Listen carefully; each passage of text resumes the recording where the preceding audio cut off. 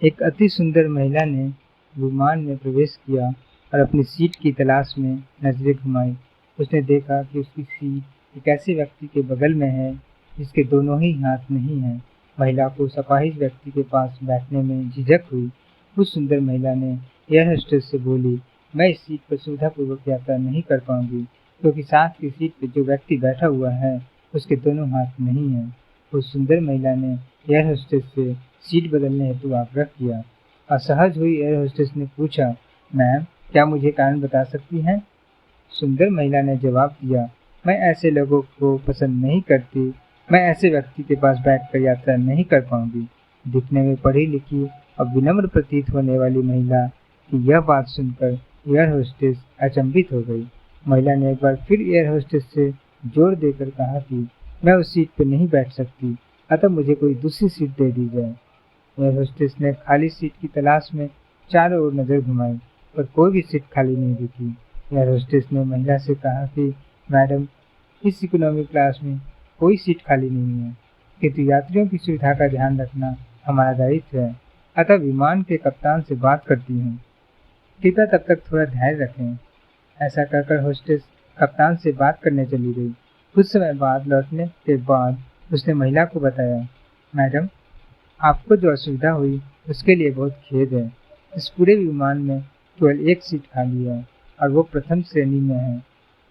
मैंने हमारी टीम से बात की और हमने एक असाधारण निर्णय लिया। एक यात्री को इकोनॉमी क्लास से प्रथम श्रेणी में भेजने का कार्य हमारी कंपनी के इतिहास में पहली बार हो रहा है।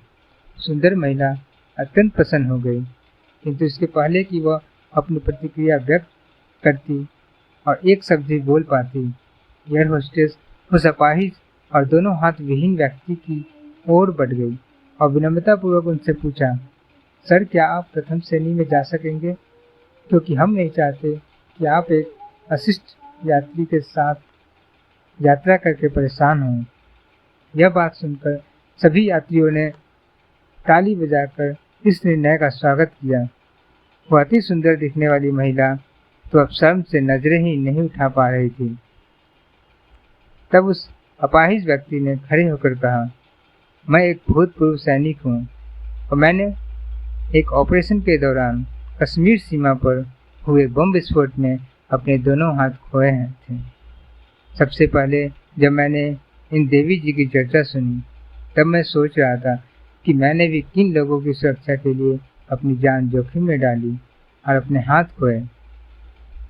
लेकिन जब आप सभी की प्रतिक्रिया देखी तो अपने आप पर गर्व महसूस हो रहा है कि मैंने अपने देश और देशवासियों की खातिर अपने दोनों हाथ खोए। और इतना कहकर वो प्रथम श्रेणी में चले गए।